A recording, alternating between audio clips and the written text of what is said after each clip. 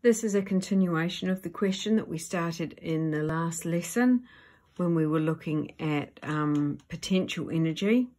So we're now moving on to kinetic energy in this problem. So we've got the same sized particle, 3.2 times 10 to the minus 19 coulombs.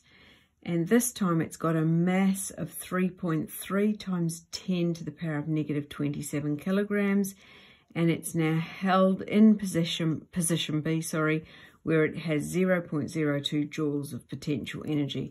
So rather than being down here, the charge now is sitting up here, okay? And the things that we know are that the charge is 3.2 times 10 to the minus 19 coulombs. The mass is 3.3 times 10 to the minus 27 kilograms. And the change in potential energy is 0.02 joules. Okay, and in part A, we're asked to find the electric field strength. And in this case, it is change in potential energy over charge times distance. And that's from this, if you can't, not quite sure where I've got that from, QED equals change in potential energy. That's what I've just rearranged that. Okay, so we've got 0.02. We've actually already done this calculation before, so you might recognize it. 0.1, and that gives us 6.25 times 10 to the 17 Newton coulombs.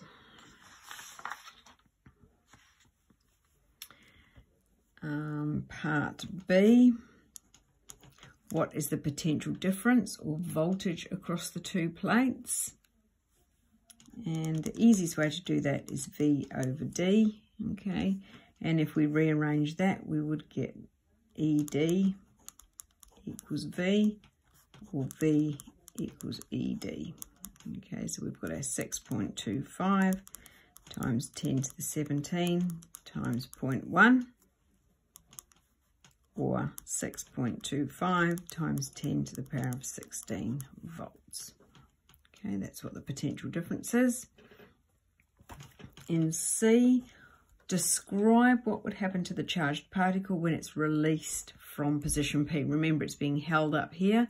So what it will do is it's going to be attracted to the negative plate. Okay, and so what it's actually going to do is accelerate towards that negative plate. So we need to say it will accelerate towards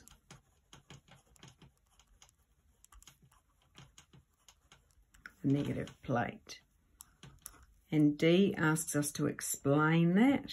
Okay, so the particle here has a mass, okay, and if the mass experiences a force, then by Newton's second law, F equals ma, that will actually cause the particle to accelerate. So let's just write that down. The particle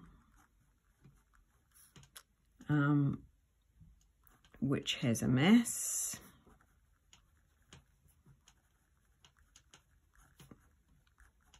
will experience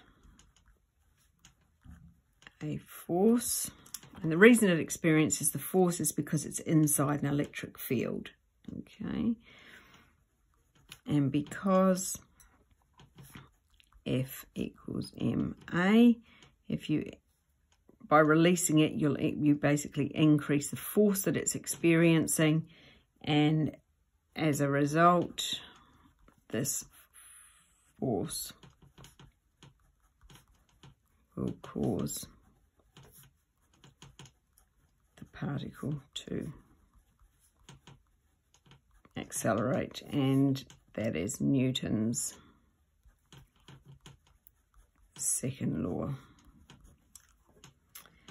And the last part of the question asks us to calculate the velocity of the particle when it reaches A. And to do that, what we assume is that all of the potential energy that it's got at point B here is converted into kinetic energy. Okay, and so by the time it gets to A, all of the potential energy has been converted to kinetic. So that's our assumption. So EK equals a half mv squared. And we assume that the potential energy has been converted to kinetic energy. Okay, and that's conservation of energy. That's the physics idea there. And so to do that, I'm just going to grab another piece of paper. So what we need to say is we've calculated our change in potential energy up here. So 0.02 joules equals a half mv squared. Okay. So if we've got 0.02 joules equals a half mv squared, I'm going to multiply both sides by 2 to get rid of that a half. 2 times 0.02 equals mass, which is 3.3 times 10 to the minus 27 times v squared. So 2 times 0.02 is 0.04 divided by, so this time I'm going to divide by 3.3 times 10 to the minus 27. And that equals a v squared. And I think that gives us v squared equals something like 1.2121 times 10 to the 25. Now I'm going to take the square root of both sides, and I get v equals 3.48 times 10 to the 12 meters per second. Quite fast. Okay, so I hope that you can follow that. If you are struggling with this, please make sure you come to tutorials or ask your teacher for help. Thanks.